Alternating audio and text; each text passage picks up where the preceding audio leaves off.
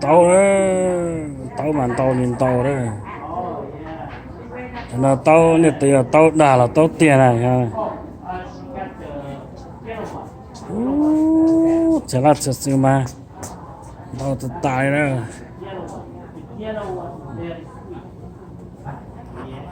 là thật sự mà tàu thật ta này đó, lung chập bọt xe đó,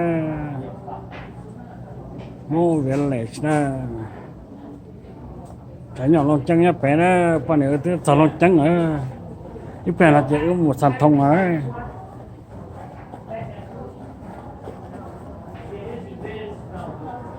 và khủng mong bàn đầu thì tiền đó tên nhà của phòng chi rau tên nhóm nhà nó đâu thực tại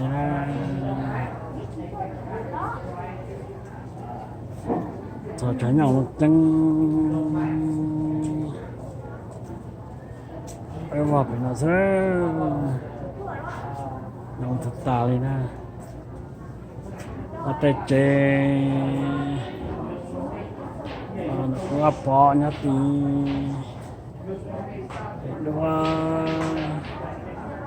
sẽ là thật sự con nhà hát của nó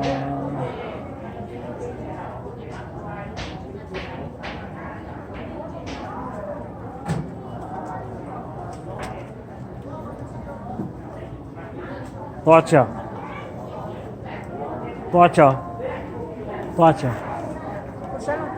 三百斤啊！dạ rằng có mình có rồi nhá họ mua mình trả á, má chị mình trả á, một tàu thâu lúa á, một tàu thâu lúa á,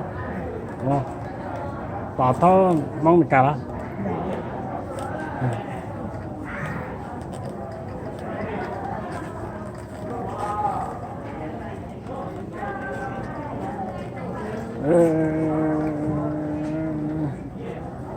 Không thật tài sẽ là thật sự không thật tài thế nào còn thề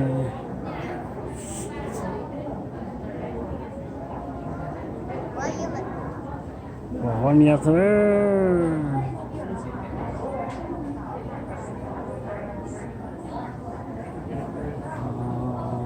phần thì phần của nha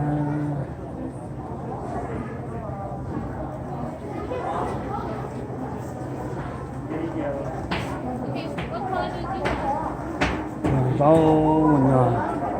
thế là thật sự tao bộ tao là tất cả mọi nhà nên cho tao xe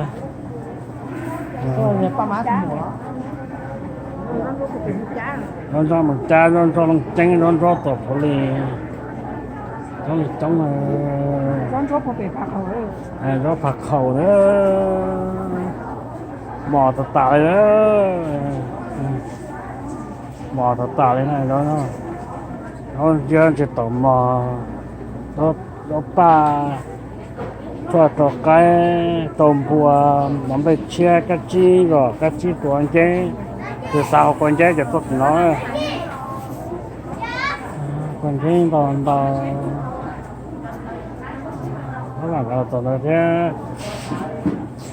cá chi ơi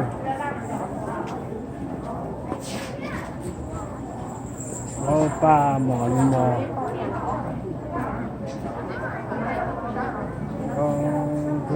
chỉ là thành cả bây giờ